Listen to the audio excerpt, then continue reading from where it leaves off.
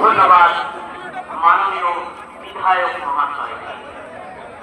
আর কিছুক্ষণের অপেক্ষা, আর কিছুক্ষণ অপেক্ষা করুন। চলে এসেছে আমাদের সবার প্রিয় সম্মানীয় মুখ্যমন্ত্রী মাননীয় শুভেন্দু অধিকারী মহাশয়। আর কিছুক্ষণের অপেক্ষা, এবার আপনাদের সামনে বক্তব্য রাখবেন আমাদের বহরমপুর সাংগঠনিক জেলার পার্শ্ববর্তী সাংগঠনিক জেলা জঙ্গিপুর জেলার সভাপতি সম্মানীয় ভারত মাতা জয় হোক।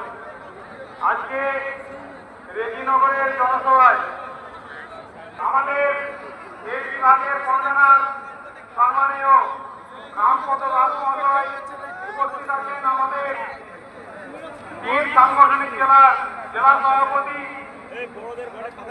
এবং আমাদের মঞ্চে সম্মানিত মঞ্চ এবং সামনে উপস্থিত ভারতীয় জনতা পার্টির সমস্ত কার্যকর্তাকে গৌরী অভিনন্দন জানিয়ে আমাদের মুর্শিদাবাদে যে দুঃখ অবস্থা আজ থেকে না, ভারত স্বাধীন হওয়ার পর থেকে ইতিহাস হয়ে আছে আমাদের মুর্শিদাবাদ।